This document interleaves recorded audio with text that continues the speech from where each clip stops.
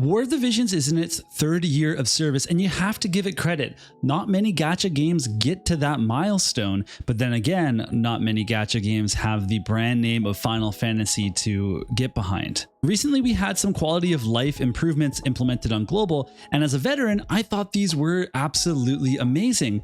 But then I started to think about these changes and how they relate to new players, and how do they help new players stick with the game or join at all?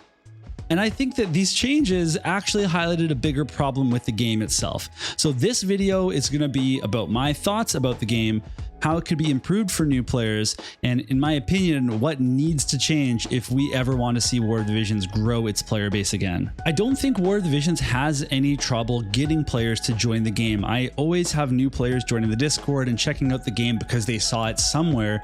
And especially this is true when we have big collaborations like the Final Fantasy VII Remake and the Full Metal Alchemist collaboration.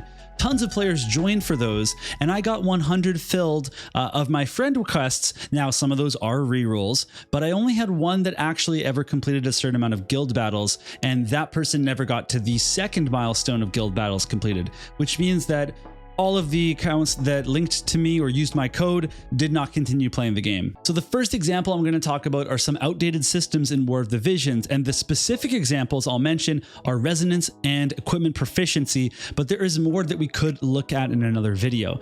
So War of the Visions is a very deep game, and that's one of the reasons why I like it. I actually didn't play a lot of gachas when they first started coming out because I just didn't think that they were deep enough. They were all very shallow. The only game I actually played was Mobius Final Fantasy, and when it shut down, I just couldn't get into any other gachas until War of the Visions came out. And that's because most gachas have characters that have 2 to 3 skills top, and it's all auto, and the game just really doesn't have a lot of depth to it. But War of the Visions is different. There's so many things going on, and it's really cool, especially when you started the game from the very beginning. You can try different combinations, different strategies. You can do a meme status effect build, or you can just go for like a super tanky build. There's just so many options available to you. And that's a double-edged sword because it means that it's very complicated for new players to actually learn about. So while I enjoy systems like the Bravery and the Faith system and Affinity, I do think that new players could think that's too much and have said that it's too much. And then there are specific systems like Resonance and Equipment Proficiency, which in my opinion have just no place in the game at this point.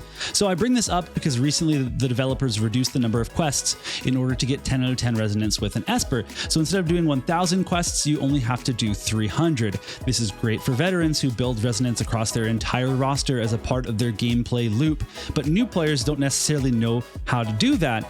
And what really is the point of the system at this junction of the game? We just have the Resonance keys, we can farm it super fast. The whole point of the Resonance at the beginning was to drain stamina, and that's when we didn't have skip tickets either. So people would buy the stamina pots weekly, daily, whatever it was, and that would be a money-making scheme for the game. But at this point, we have the keys, we have the lower Resonance, we have background farming that's going to take care of a lot of Resonance for us with very little input from us into the game. We can get a max Reso unit so quickly, even with the 1,000 cap instead of the 300 cap. So the existence of this system simply isn't needed any longer for any function. In my eyes, all it serves is to confuse new players when they see their Balo has 1 out of 10 Resonance with their Ochu, and they don't understand what that is or how they're supposed to be building their unit. The same thing can be said for equipment proficiency. So if you don't use equipment enough, then you're going to get less stats from it. And while that's like all well and fine, it's pretty easy to build, it's still just an extra system. People see those letters, they have to ask what that's about. It's one more thing that confuses new players when really what we should be doing is lowering the learning curve for them to get into the game. Another huge barrier to new players and experienced alike is building off banner units and actually just getting units in general. Anyone playing the game for a while will tell you that unit cost is increasing. 100 cost units are harder to pull. They are very, very common at this point, and Transcendence means that we have to buy more shards in order to max our units. VCs are also becoming harder and harder to skip because if you ever want to build a weapon-based team, you need to grab the ones that come up as they are coming up in the game. It's very tricky for new players to navigate. If a new player does get a cool unit, they may not even have the supporting cast to use that unit for quite quite some time. And this is because it's so difficult to actually acquire and build older units in War of the Visions. This used to be a strength of the game, and I'll tell you what I mean. Slow building at the beginning of the game was a boon for casual and free-to-play players. It meant you could pull more units because you're not finishing them all. You're slow building them with the hard quests, with your now barracks, the monthly medals. Even if you're patient right now, you could pull a unit and finish their EX job or finish their Transcendence and just save that extra little bit of Visior for a future build. That's a really cool system in the game, and I do appreciate that. But the problem now is just the cost of doing it is so much higher than it used to be. And when you have these new players off bannering an old unit, all of a sudden they just have this very limited drip of resources to be able to actually max their units. So if they get a unit that they really like, and it's a total crapshoot on whether they'll actually be able to pull the units that they like, then they just have no choice but to very, very slowly build the unit. And that's not fun at all. I'm going to bring up one example of something that would really fix this. So in Epic 7, they recently added a new feature where you can play any sort of side story from the history of the game, much like the Farplane Archives and War of the Visions. However, in Epic 7, when you complete the side story for a character, let's say in War of the Visions, you're doing the Leonis Library side quest, and that's the one that came with Luelle's banner. By the time you complete it, Luelle comes on a special banner in your game, in your summon tab, and you are able to pull for her. You've unlocked her pull banner just for however many days it is, and you can go and pity Luelle if you want to. What's cool about this is that it's good for Gumi and it's good for players. So for example, for Gumi, it's just another Visior sync. It's a way for people to go grab the character that they think is really cool, or the character they just really love. Or maybe it's the character for the element that they need. They need to grab Glaciella. They really, really need to grab Sadly. Whoever it is, they can go get them and they can complete their elemental combo because they just started and they pulled, let's say somebody just pulled for Bradley and they just missed all the other Earth units. All of a sudden, you can go back and grab Oberon, or you can go back and grab Queen Mashery, whatever it is. And we're all spending Visior to do it. Sure, there might be some people that end up saying, well, crap, I went and unlocked Frederica and I got this old unit that I'm not really happy with. But that's a pretty involved process to get the unit, so they really do have to make that decision for themselves. I think it's a win-win for everybody. Yes, everybody doesn't have side quests yet, but maybe there's a different way to implement this. But it would allow people to say, hey, I want to be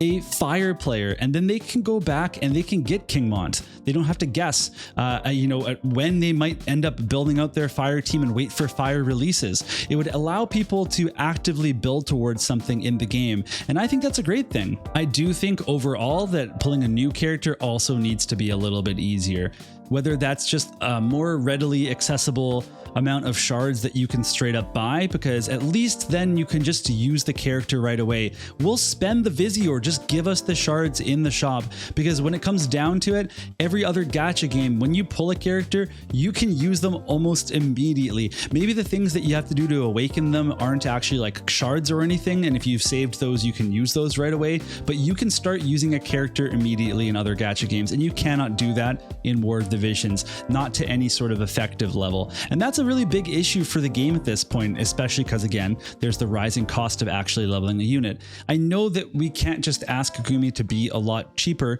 because they do have to meet a bottom line, but there has to be something that they can do to adjust. And again, if we want to spend the Visior and get our units built up, then we can. And I know some people are saying you can just farm your Whimsy shops and all the extra stuff that you can do in the game, but again, that's not accessible to new players. A new player just needs to be able to come in and build up the unit for the collab and not have to worry about this Whimsy shop stuff anymore. Again, what the hell is the Whimsy shop for? At first, it was a stamina system. We were buying energy pots in order to farm those Ramza and Orlando shards. When the game came out, I literally bought energy pots for those events so that I could pop Whimsy shops, and I was constantly involved in the game. But the game's clearly moved away from that. We're now doing background farming where we don't need to actually be in the app of the game anymore. The time of Whimsy shops is ending, and I think it's time to move to just a more progressive way of building up our units. So those are the two main suggestions that I wanted to bring up in terms of making the game a little bit more friendly to new players.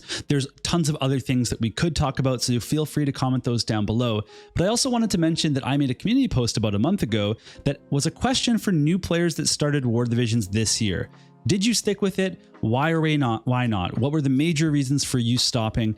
And I just wanted to get a new player's perspective, because I can guess at things, but at the end of the day, I am very biased as a day one experienced veteran player. So this is going to be some information from people that are brand new to the game. First up, we have June 6683, who says new player from the FMA collab. The biggest stick for me is having to slow build units when I want to use them at max potential right away.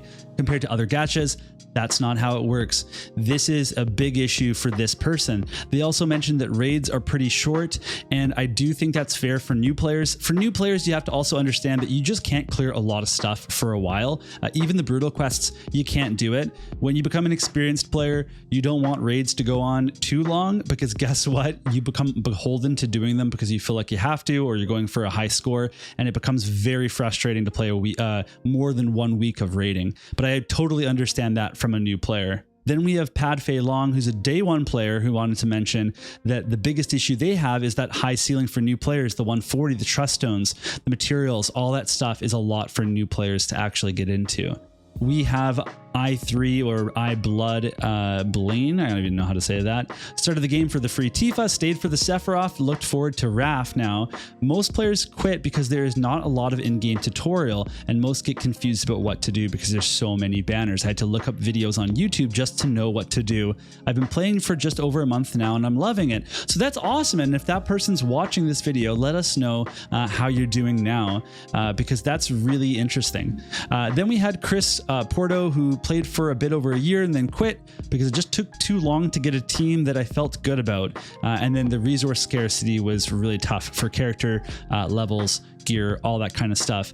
That is really interesting too, because again, a lot of this stuff had to do with us farming or buying packs and stuff. Some of the older resources for leveling our characters, like for example, I think that like awakening materials and maybe the limit breaking materials, sure, those can still be like packs and things that you want people to spend for. But when we're talking about job upgrades for the 3 different jobs, that needs to be seriously just like watered down a bunch. So for example, in FFBE, what they eventually did was there's all of these awakening materials that you need to have. They just put them in the shop, and you could buy unlimited amounts in packs of 100 for like really small amounts of gil, and you would just very easily be able to stock up permanently on like awakening materials. I'm not saying to do that for awakening in War of the Visions, but for job upgrades, yeah, at this point, come on. And they are doing it a little bit. You see with some of the new characters, you can do a quest for them and you get most of their job memories. That's a good direction to be going, but I think for the most part, they need to overhaul that system. We could also talk to Einrazor, who started last January, still waffle and sticking with it. It just feels like such a trial to upgrade characters. I only have 2 characters to level 120, OG Mont, Sephiroth, and Astrius. And I got Celeste back in the day, but still not 120. I'm assuming that's Cella's from Final Fantasy VI. Zenultra says, to keep it short, no, I did not stick with it. Major reason being money. I started in November because I wanted Yuffie. I got her, but in the meantime, I was spending too much on the game because I wanted to collect the cool event characters. Deleted the game a few weeks ago and feeling good about that decision. So that's a good one. If you're feeling bad about spending, then you just stop spending. That's just too much. Martin Campo started for Sephiroth, wanted FMA, pitied all 3 of them. Yep, that's just bad luck. That sucks. I'm so sorry, Martin. We also have here Sin of Love 45. I'm here for almost 3 months now. I love the game, but as the other comments point to, building things of the banner are just very, very, very slow. Master of Garden gave a bunch of reasons here. So first of all, expensive to level up characters.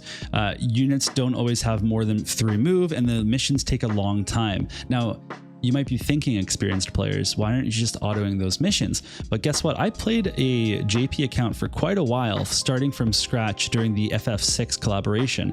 It is not easy to clear a bunch of stuff as a new player. There's a lot of quests that you have to manual. And the reason that you would manual them and not save them for later is because they're limited, like the Final Fantasy VI, Final Fantasy VII, Full Metal Alchemist collaboration quests. Those are not things that you can do in the Farplane archive. So you have to struggle and you have to farm like crazy, and you have to try to beat these missions. It's just too tough. So I really have to you know, point that out just for new players. It is not that easy to put together a good team to take on some of the stuff that they're being asked to farm in a very short amount of time. So that's going to be it from me. And if you want to go check out that community post, you can read the rest of the comments there. There were also quite a few from experienced players that wanted to vent a little bit, and that's good to be able to go somewhere and do that. Otherwise, for me, I'm going to be checking out for this video. I hope you did enjoy it. Let me know your thoughts down below if there's suggestions that you have for the developers, or if you have any feedback on my suggestions. I don't think that I mentioned anything that was really that unfair in terms of monetization for Gumi. I don't think I'm going to cost them any money. I just think the game has to be more accessible for new players. The new players' interest is there to come to the game, but they're not sticking with it, and that's an issue.